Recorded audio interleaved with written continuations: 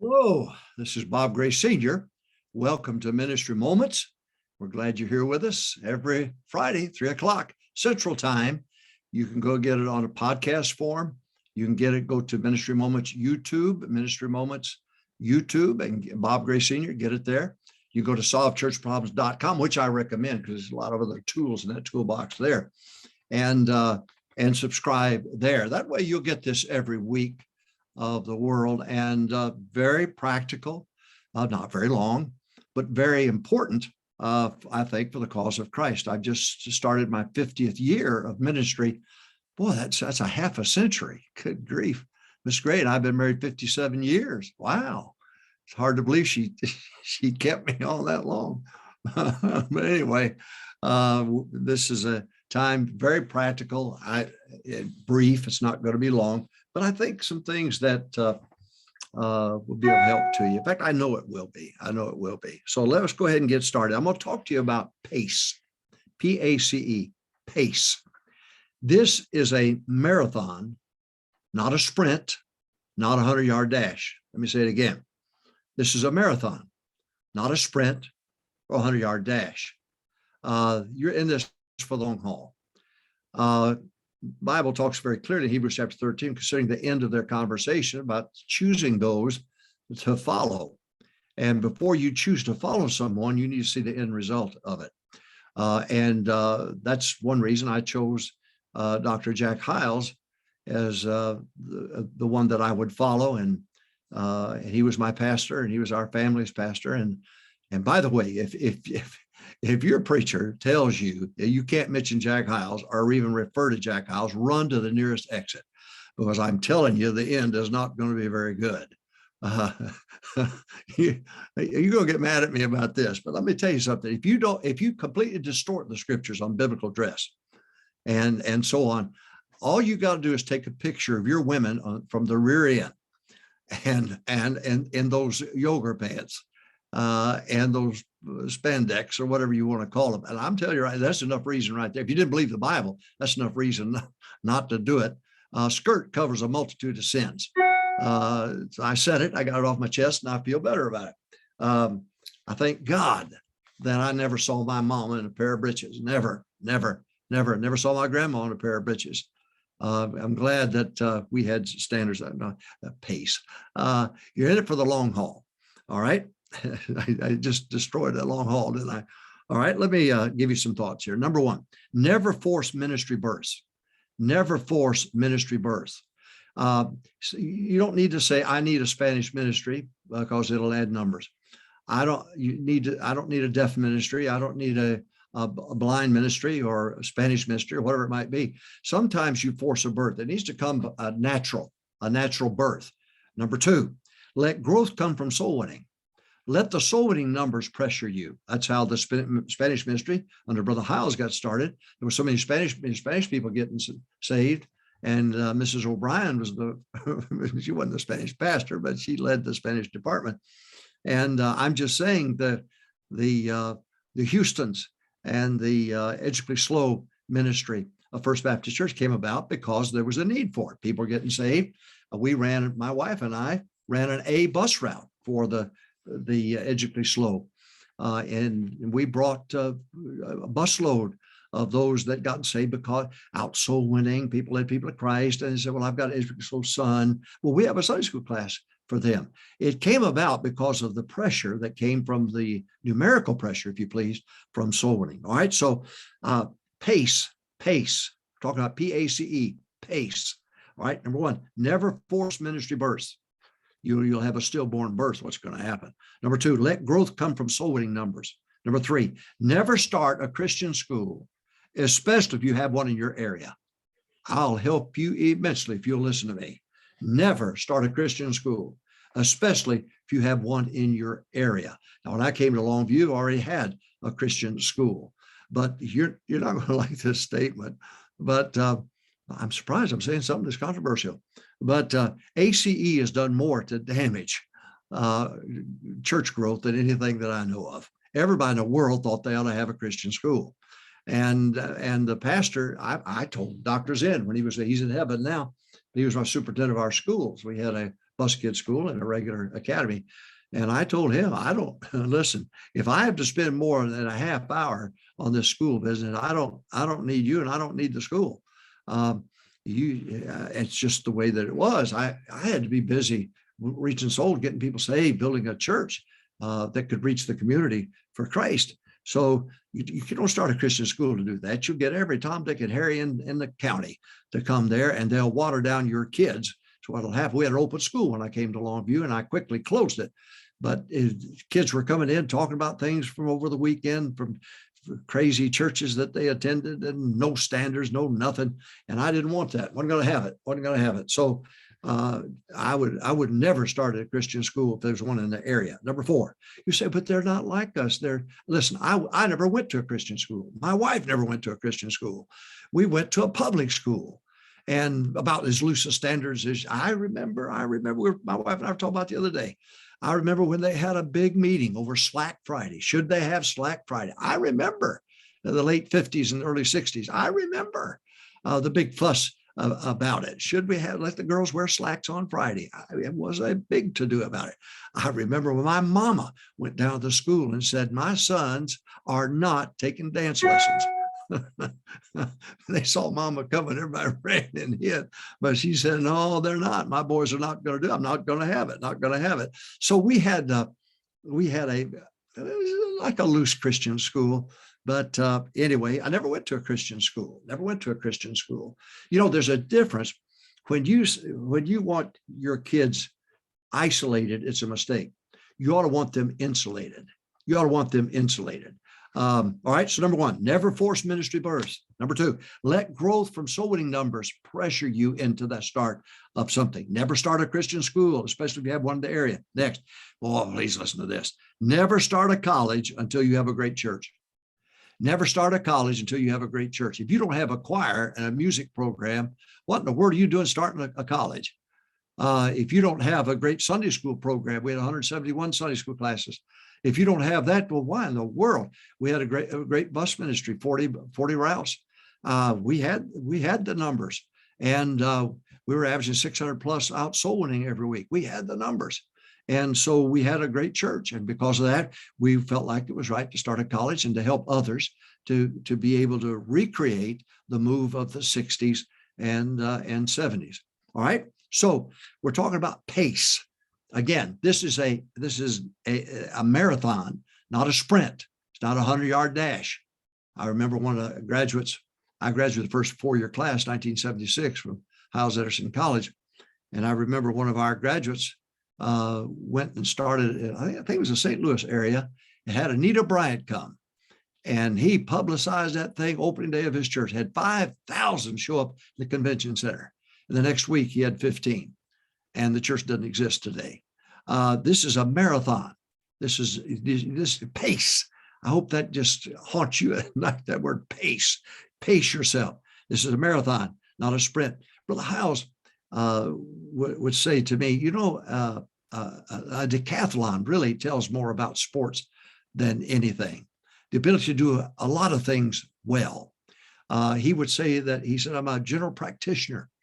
I'm not a specialist. I'm a general practitioner, and I like that. So pace, again, this is a marathon, not a sprint, not a 100-yard dash. All right. Number 1, never force ministry births. Let church growth come from soul winning numbers that pressure you into it. Never start a Christian school, especially if you have one in your area. Never start a college. More churches lose more members because of a Christian school than anything else. And I've said this, more pastors lose pastor friends over a Bible college than they do anything else. And it is true. All right. So never force. Bob Jones Sr. said, if you want a guy to die, an enemy to die a painful, slow death, tell him to start a college. All right. Number 1, never force ministry births. Let growth come from soul winning numbers. Never start a Christian school, especially if you have one in the area. Never start a college until you have a great church. Never hire someone to build your work. Sometimes and it's a big mistake. They'll go to the college and say, I'm going to hire you as assistant pastor. You've got 1 year to pay for your salary. No, not going to do that. I'm not going to hire somebody to build my work. I'm not going to do it. I will hire them because I have a work, because I have something for them to do.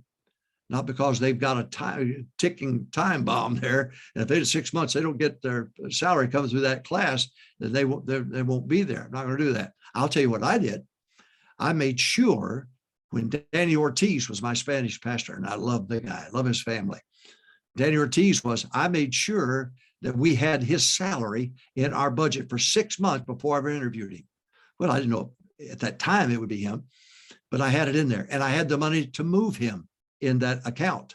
But I wanted to make sure I didn't want to bring him on. Then a month later, say, I'm sorry, the offer says we just can't take care of you. I'm sorry. No, I don't want to do that. So never hire someone to build your work. You build that work, and as a result of the demand of that work, then that way you have the budget to care for them, and it's going to be fine. All right. Now, next, hire to maintain. Hire to maintain. If you have the Spanish that are coming, got 80 to 100. Then you need somebody that can, unless you can speak Espanol, I can't, taco, tortilla, enchilada. My favorite is mucho groceries. But hire to maintain. Hire somebody that can maintain the numbers that brought about the birth of that ministry. You need somebody to maintain it, win souls, feed it themselves, and so on, but it already exists. I hope you're listening to me. Number one, never force ministry births. We're talking about pace. P-A-C-E, pace. Never force ministry births. Number two, let growth come from soul winning numbers. Next, never start a Christian school, especially if you have one in your area. Next, number four, never start a college until you have a great church. Number five, never hire someone to build your work. Number six, hire to maintain. Number seven, avoid peer pressure. Avoid peer pressure. Pastor, they go to a meeting. Hi, good to see you, brother. It's been a long time. How's it going? Oh, wonderful. I had 300 in Sunday school last Sunday. How's it going with you? Well, I had 301 next Sunday. We just got to be one better, don't we? But peer pressure is not good. It's not good. It's not good. When you're a teenager and you're pimply faced and you want to be liked by everybody, peer pressure can really cause you to run with the wrong crowd. But I'm telling you, it doesn't go away when you become an adult. If you become a pastor, there's going to be a lot of peer pressure on you. Hey, there's been many a meeting that after I got through preaching, I had to eat lunch alone. So I am not going to bring my standards down to your low standards. I'm not going to do it. I am not going to do it. I'm not going to do it. I'm not going to do it. If you're going to be a part of the leadership, then you need to be separate from the world. You need to walk with God. You need to have standards that are visible so that people can see you've jumped 10 feet. Now they'll jump 5, they won't jump 10. And if they do jump 10, then put them on the leadership team.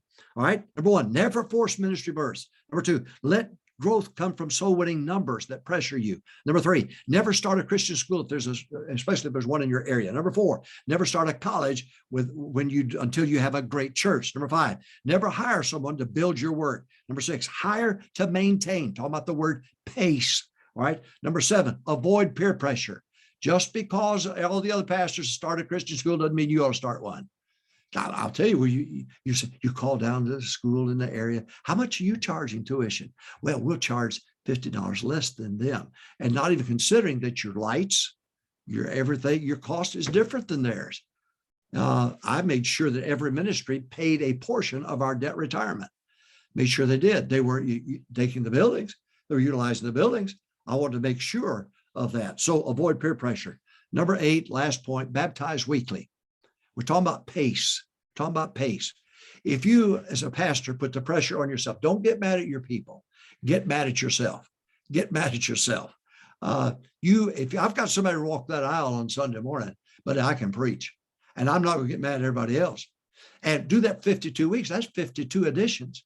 If 26 of them stick, that's 26 the people that are going to stick. You're a lot better off. And so when I first came to Longview, we had 13 out on visitation. I took the cards, I call them suspect cards, visitors' cards from the week before, new move-ins, all of that. I ripped them up one night, threw it up in the air, and boy, the guys applauded. Yay! Nothing ever came of it. They'd eat coffee. They drink coffee and eat apple pie. And so, you need to come visit our church. No, I said, let's go win somebody to Christ. Stop the first person you see. Go from person to person. Let's get people saved. And next thing you know, we were baptizing 10 a Sunday, then 15 a Sunday, then 20 a Sunday, and then 50 a Sunday, then 100 a Sunday. I'm telling you, it worked. It worked tremendously. You know, think about this. You're already mad at me, so you might as well just finish up with real mad, okay? There are only so many transfers in your town. There are only so many that are going to come to your church. Now, you try, be an attraction model and try to attract them with the standards being down, the music changing, and everything else. Just go right ahead. Show some bosom. Show some calf. Show some thigh. Go ahead. Make it all right to do so. And those skinny jeans are not skinny on you, girl. You at high noon, you still got a shadow. When you were in school, everybody sat next to you. When you walk down the hallway, you shut all the lockers on either side.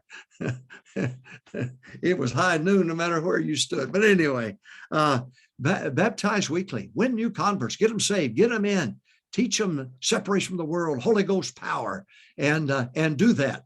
And be careful who you listen to. Be careful who you listen to, or you'll end up like some of the California guys. We've got some great guys out there, but we've got some leaders out there that, you wear a skirt just right for Sunday morning to sing, but then you wear your breeches all week long. That's not separation from the world. That's not separation from the world. That's a show. I feel like I've made some of you upset today, and I want you to forgive me. All right, here we go. Pace. This is a marathon, not a sprint, not a 100-yard dash. Here we go. Point 1, never force ministry births. Point 2, let growth come from soul winning numbers. Number 3, never start a Christian school when you have one in the area. Number 4, never start a college until you have a great church. Number 5, never hire someone to build your work. Number 6, hire to maintain. Number 7, avoid peer pressure. Number 8, baptize weekly. I promise you, if you'll stir those waters every week of the world, and Pastor, put it on yourself, put it on the staff, produce every week of the world, you will get God's attention, and God will pay attention to what you're doing. You need to get God's attention, not the backslidden deacon's attention, not the backslidden church members' attention. You get God's attention. Holiness is knocking on the doors of heaven. Righteousness is knocking on the doors of sinners. You get that combination and you'll see some great things happen. Well, Ministry Moments, if you're upset with me, bgraysr@me.com. My phone number is 903-237-9019. If you're mad, call me. God bless you. I really want to help. I really do. I believe in what Jack Hyles did. I believe in what Tom Malone did, John Rice, Curtis Hudson. I believe in what all those men did. I believe in Lee Robertson. I believe in old school, old paths. I believe in it. It's not time for all the new guard. Wouldn't have anything to guard if it wasn't for the old guard. So God bless you. I'm trying to end on a high note here, and I don't think I'm going to be able to do it. Tomorrow's soul winning, preparation day for the Lord's Day, which is Sunday. So you make sure you get with it. And Sunday school starts with Sunday school. Yes, it does. Sunday morning. Now you go soul winning, win folks to Christ, get them lined up to come to church. God bless you. Out Ministry Moments podcast, Ministry Moments, YouTube, Bob Gray Sr., solvechurchproblems.com. Go and subscribe there. God bless you. Have a great weekend.